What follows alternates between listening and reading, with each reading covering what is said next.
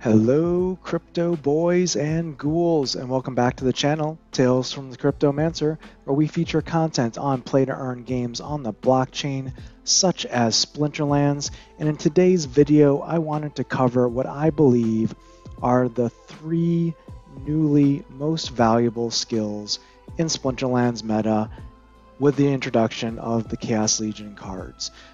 There's been quite a number of cards introduced that have kind of shifted the power spectrum and put together a lot of new combinations. And specifically when you look at, for example, the upcoming wild format, where you can combine beta cards with untamed cards as well as Chaos Legion cards, there are some crazy combinations that you can use now. And because of that, to counter those and deal with some of these combinations, there are abilities that I believe are either underrated currently or just going to be meta in the future. And I want to talk about those top 3 in my mind.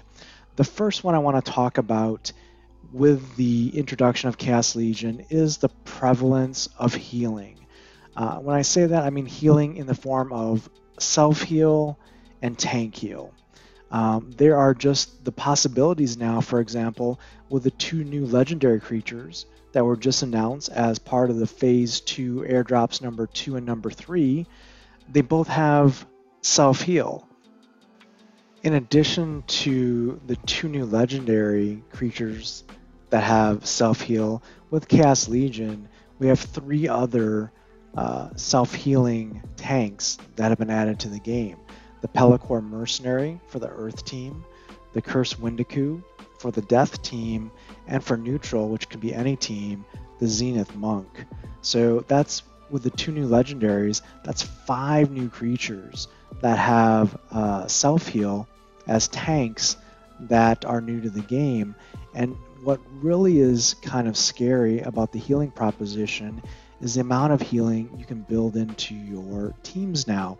So if we look at with a new legendary creature, the new legendary creature in the wild format could have not only its own heal with a lot of health behind it, it could have an Albatross healing it, a Crustacean King healing it, and a Murdali Guardian healing it. So it could actually have 4 heals going per turn just on that one creature. Now granted, you wouldn't have any offense with those 4 monsters, but you could probably build something around that, you know, with some DPS hidden in there to do some damage.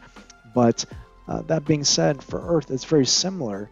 You could very easily have something like a Flesh Golem or Kron or the new Pelacor Mercenary, and now you can team it up with 3 heals from a Goblin Psychic, a Wood Nymph, or a Princess.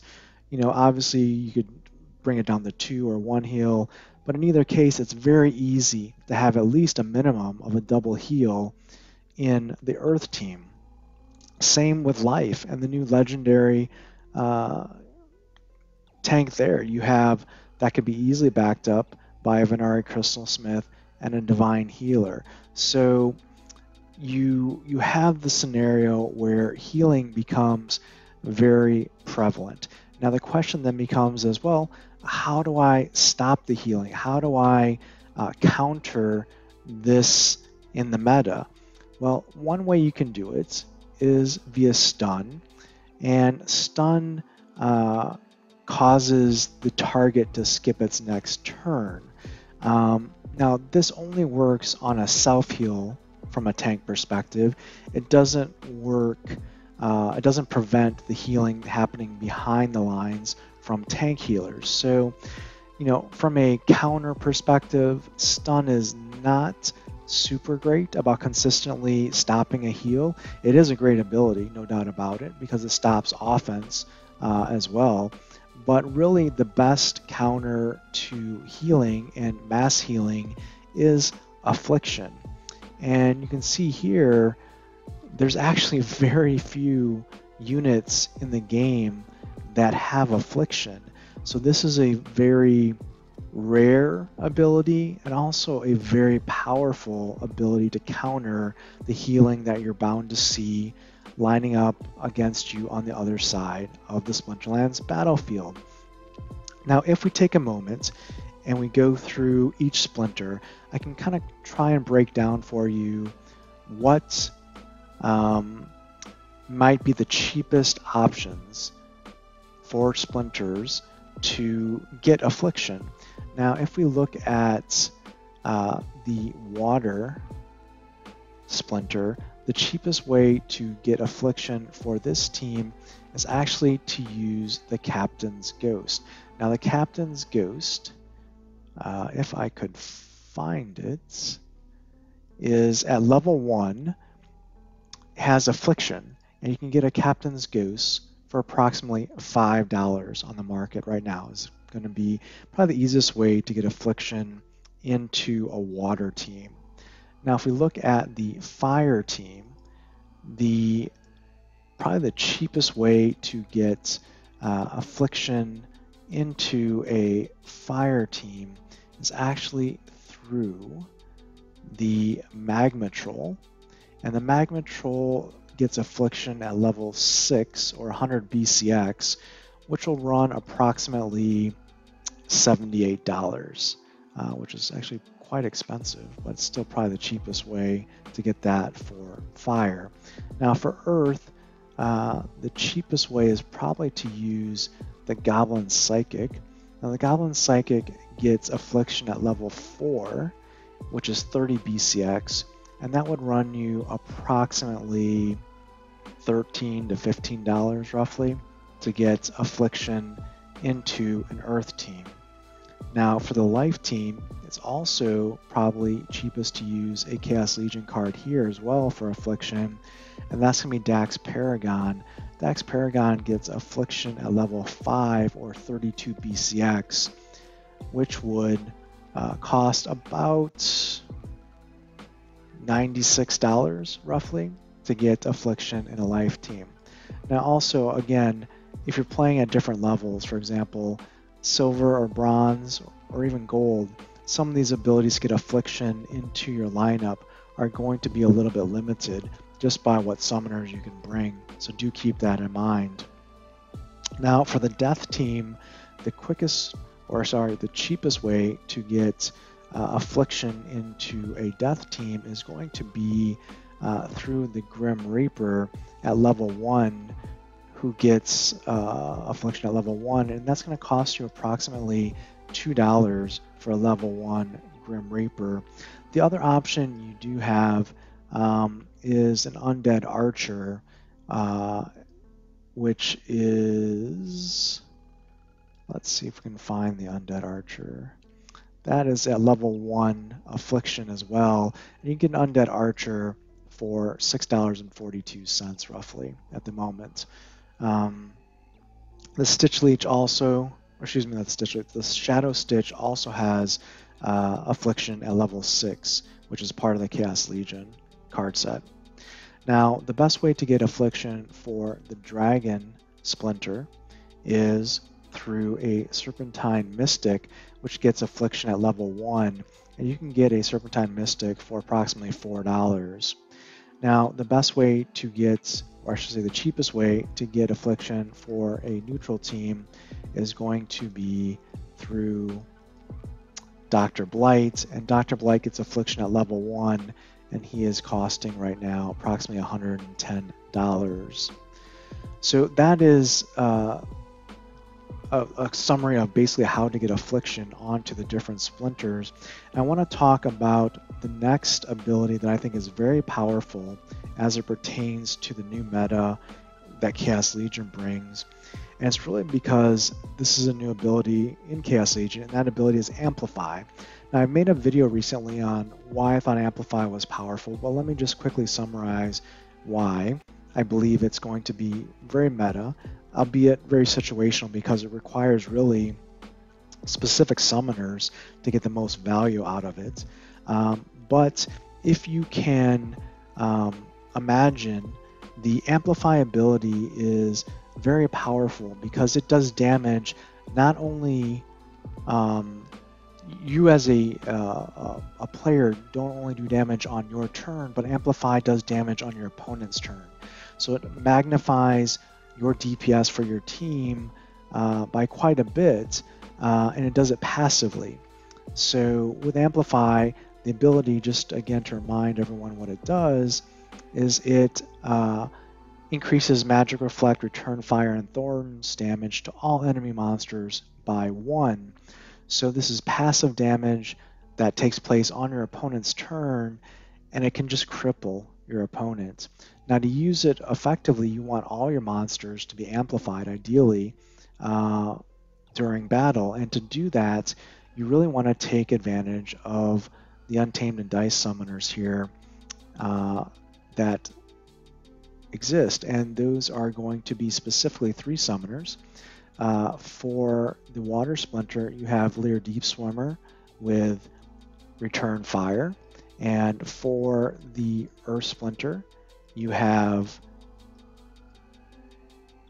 the Dice Summoner Mylor Crowling with Thorns. And for the Death Splinter, you have Ouster Rotwell with Magic Reflect.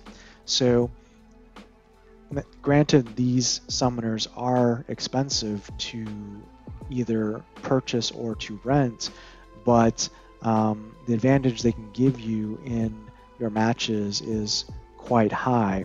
With Amplify, the easiest way to leverage those splinters, those summoners I should say, with those abilities is with the new Chaos Legion card. You can use a neutral card in the Venari Spellsmith at level 4, which is 25 BCX, and a level 4 rare will grant Amplify to any Splinter with a neutral card here. So that card will run you approximately $13 to $14 for the Amplify for the Spellsmith. And if you want to maximize the Earth team's ability to use Amplify, it would be through Queen Mycelia, who would only, well, I wouldn't say only, but at level 2 from a legendary perspective can use Amplify for Earth, which is actually from a summoner perspective typically easier to get to rather than 4 on the rare summoner side. So pretty much you can use Queen Mycelia and the Venari Spellsmith to grant Amplify to the summoners that have the abilities that make the most advantage of Amplify. So again, that would be a power that I would see as being very useful in the new meta with Chaos Legion. Now, the last ability on my top 3 is really probably not a surprise. The ability is going to be either Swiftness or Slow. And the reason why I say Swiftness / Slow are very important in the new Chaos Legion meta is simply because there are so many new monsters that deal tremendous damage, either through things like Recharge or Giant Killer or other abilities, or just inherently by their stats. You have things like a Deep Lurker with Opportunity that just has pretty much insane melee damage right out of the gate. So the key to countering this increased DPS or damage that your opponents are now able to wield against you is, well, simply it comes to striking first, right? Doing damage to them before they do damage to you. And at the end of the day, in games like Splinterlands, speed kills, and speed is definitely a meta defining ability. So that's why we look to Swiftness and, by its inherent nature, Slow. Now, Swiftness is going to have an inherently more valuable proposition than Slow, only because Slow, while it takes speed away from your opponent, doesn't really benefit you if your opponent already has 1 speed. Slow doesn't take them down to 0 speed, so that's why just Slow is not maybe as efficient as Swiftness in the grand scheme of things. Now, if we look at the Splinters and how best to get Slow or Swiftness into each Splinter for cost-effective pricing, for Fire, The cheapest way to do that is through the Scavochemist, and the Scavochemist at level 6 or 100 BCX brings the slow ability. 100 BCX will cost you roughly $12 for the Scavochemist. Now, for the water team, the cheapest way will also be a Chaos Legion card, the River Nymph. The River Nymph gets swiftness at level 8 or 115 BCX, which will cost you roughly right now, I would say probably $85 or so for that multiplier ability for water. Now for Earth, the cheapest way to get swiftness for Earth is actually going to be through the Brownie, and the Brownie at level 1 gets swiftness, and he currently can be purchased for around $27. Now for Life, the cheapest way to add slow to the Life team is actually going to be through the Time Mage, who gets slow at level 1, and that's going to cost approximately 74 cents. The cheapest way for Death to bring speed modifiers to the table is actually going to be through the Boogeyman, which is an older card, and the Boogeyman gets slow at level 1, and that would cost you approximately $3. Now the Dragon team, the quickest way to get a speed modifier here is going to be through the Naga Assassin, and the Naga Assassin gets swiftness at level 8, max level 115 BCX, which is going to run approximately $25 to $30 to get the max level Naga Assassin, and that's actually quite inexpensive for a max level card. Now for neutral, the cheapest way to bring slow to the table is going to be Creeping Ooze. Creeping Ooze at level 1 gets slow, and that's going to run you about $6. An alternative to consider, however, is a Chaos Legion card, in this case the Supply Runner, and the Supply Runner gets swiftness at level 5, which is going to be 60 BCX, which will cost you approximately $12, which again is not too terrible for a 2 archer. I guess it's at level 5, a 2 archery damage creature as well. So there you have it. Different cost-efficient ways to bring speed modifiers to your team, either through swiftness or slow.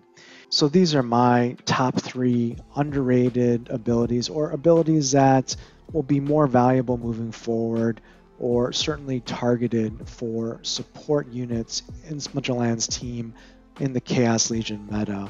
What are your thoughts? What abilities are you targeting to bring to your teams now in the new meta? And what do you think are going to be the most valuable moving forward? Let me know in the comments below, and smash the like button, subscribe to the channel for more timely updates and content around Splinterlands. And until next time, keep stacking those stats.